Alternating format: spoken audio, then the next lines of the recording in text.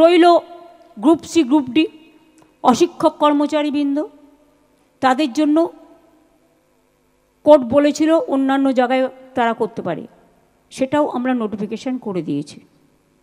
এই টিচার্স প্রক্রিয়াটা শেষ হয়ে যাবে আর দু তিন মাসের মধ্যে, এবং এটা হয়ে গেলেই গ্রুপ সিডির পরীক্ষাটা হবে। আর রইলেও পড়ে আমার হাতে আরও কিছু, যারা বেচারা টিচারিতে কাজ করেও আজকে অযোগ্য প্রমাণিত হয়েছে। হয়তো টিচার তারা হতে পারবেন না কোর্টের নির্দেশ অনুযায়ী, কিন্তু তারা যাতে গ্রুপ সিতে পায় বা সেই রকম পর্যায়ে আইনের সাথে কনসাল্ট করে খুব শীঘ্রই আমরা এটা জানাবো।